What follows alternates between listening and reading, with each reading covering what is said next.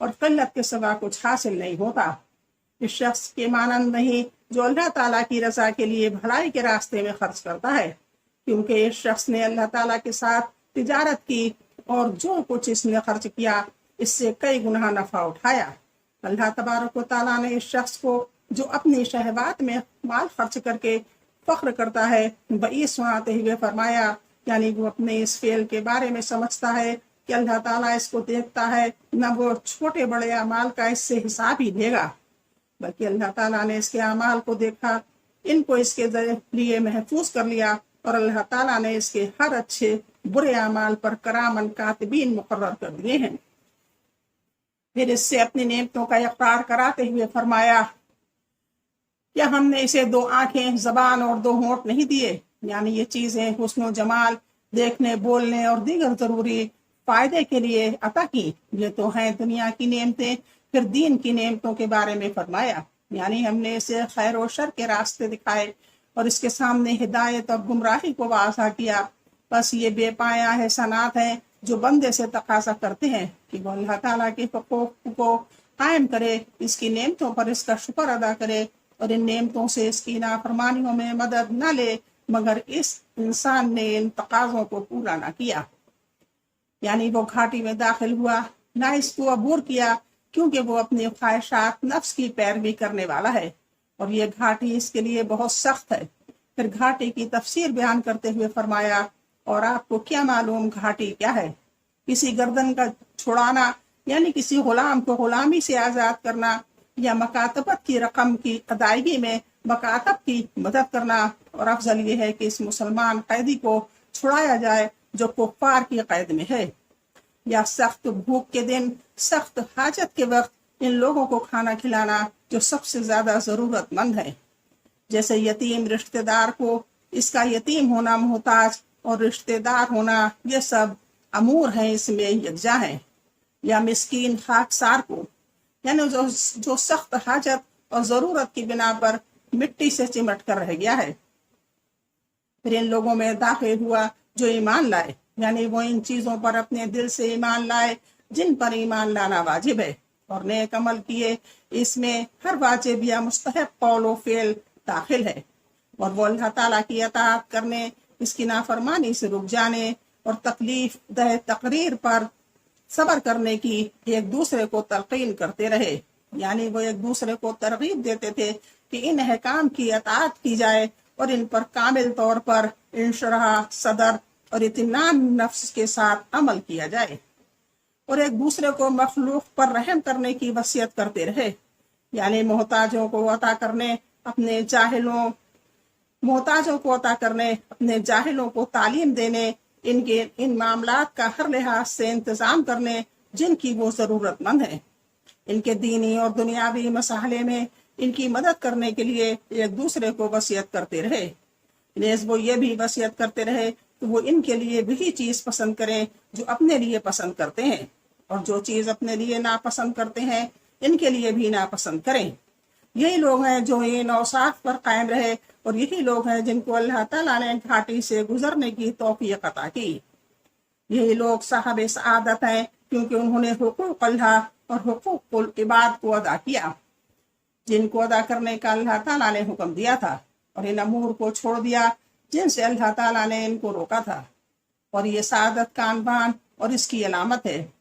جنہوں نے ان مذکورہ امور کو اپنی پیٹھ پیچھے پھینک کر ہماری آیتوں سے کفر کیا، انہوں نے اللہ تعالیٰ کی تصدیق کی، نہ وہ اس پر ایمان لائے، نہ نیک عمل کیے، اور نہ اللہ تعالیٰ کے بندوں پر رحم ہی کیا۔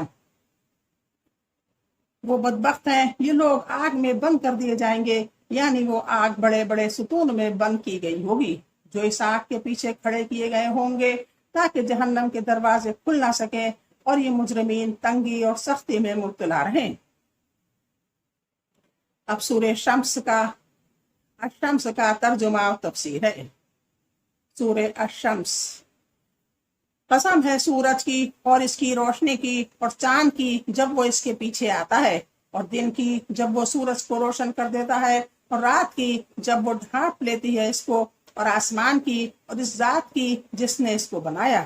اور زمین کی اور اس ذات کی جس نے اس کو بچھایا، اور انسانی نفس کی اور اس ذات کی جس نے اسے ٹھیک ٹھاک کیا، پھر القا کیا اسے اس کی بد کرداری اور اس کی پرہیزگاری کا، یقیناً فلاح پا گیا وہ جس نے نفس کا تزکیہ کیا، یقیناً ناکام ہوا وہ جس نے نفس کو دبا دیا۔ جھٹلایا قوم سمود نے اپنی سرکشی کی وجہ سے جب اٹھ کھڑا ہوا بڑا بدبخت اس قوم کا۔ پس کہا ان سے اللہ کے رسول نے حفاظت کرو تم اللہ کی اونٹنی کی اور اس کو پانی پلانے کی۔ بس انہوں نے جھٹلایا اس کو، پھر انہوں نے مار ڈالا اس اونٹنی کو، بس تباہی ڈال دی ان پر ان کے رب نے بوجہ ان کے گناہ کے، پھر برابر ملیا میٹ کر دیا ان کو، اور نہیں ڈرتا وہ اس اپنے کام کے انجام سے۔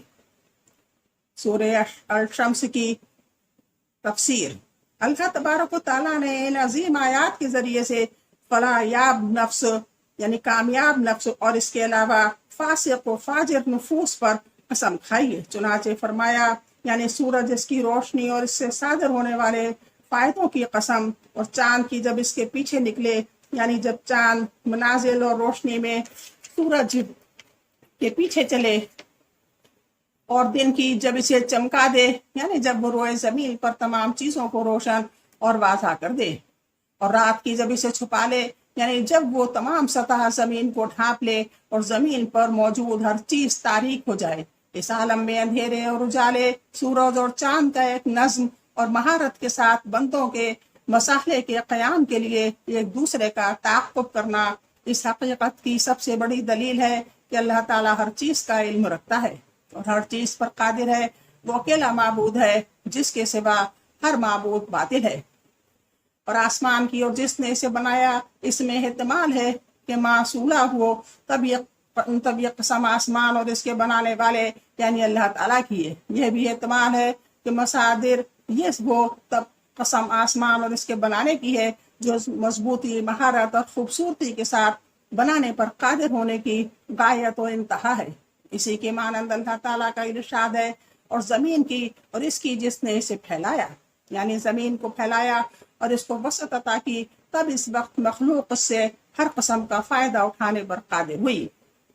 اور نفس کی اور اس کی جس نے اس کے اعضاء کو برابر کیا، اس میں ایک احتمال یہ ہے کہ اس میں تمام حیوانی مخلوق کا لفظ مراد ہو، جیسا کہ لفظ کا عموم اس کی تائید کرتا ہے۔ دوسرا احتمال یہ ہے کہ صرف مکلف انسان کے نفس کی قسم ہو جس پر اس کے آنے والی آیات اور دلالت کرتی ہیں۔ دونوں معنوں کے مطابق نفس ایک بہت بڑی نشانی ہے جو اس کی قسم کو حق ثابت کرتی ہے، کیونکہ نفس انتہائی لطیف اور خفیف ہے، منتقل ہونے، حرکت، تغیر، تبدل، تاثر، انفعالات نفسیہ مثلا ہم و غم، ارادہ، قصد، محبت اور نفرت میں بہت تیز ہے۔ اگر نفس نہ ہو تو بدن مجرد بدھ ہے۔ نفس کا مطلب دل سے ہوگا جس کا کوئی فائدہ نہیں، اور اس حیت میں اس کو درست کرنا جو اس وقت ہے اللہ تعالیٰ کی بہت بڑی نشانیوں میں سے ایک نشانی ہے۔ یعنی جس نے اپنے نفس کو گناہوں سے پاک کیا، ایوب سے صاف کیا، اللہ تعالیٰ کی اطاعت کے ذریعے سے اس کو ترقی دی، اور علم نافع اور عمل صالح کے ذریعے سے اس کو بلند کیا، وہ کامیاب ہوا۔ اور وہ ناکام ہوا جس نے اسے چھپایا، یعنی جس نے اپنے نفس کریمہ کو رسائل کے میل کچیل کے ذریعے سے ایوب اور گناہوں کے قریب ہو کر ان امور کو ترک کر کے جو اس کی تکمیل اور نشو و نما کرتے ہیں، اور ان امور کو استعمال میں لا کر جو اس کو بصورت بناتے اور بگاڑتے ہیں، چھپایا، وہ ناکام رہا۔ سمود نے اپنی سرکشی، حق کے مقابلے میں تکبر اور اللہ کے رسولوں کی نافرمانی کر کے تکذیب کی، یعنی قبیلے کا بدبخت ترین شخص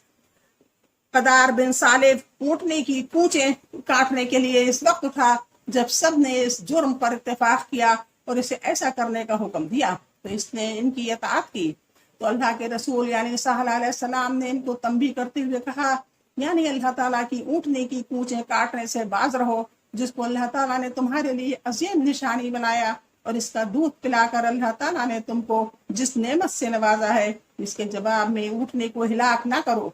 بس انہوں نے اپنے نبی حضرت صالح علیہ السلام کو جھٹلایا، بس انہوں نے اس کی پونچیں کاٹ دی، تو ان کے رب نے ان کے گناہ کے باعث ان پر عذاب نازل کیا،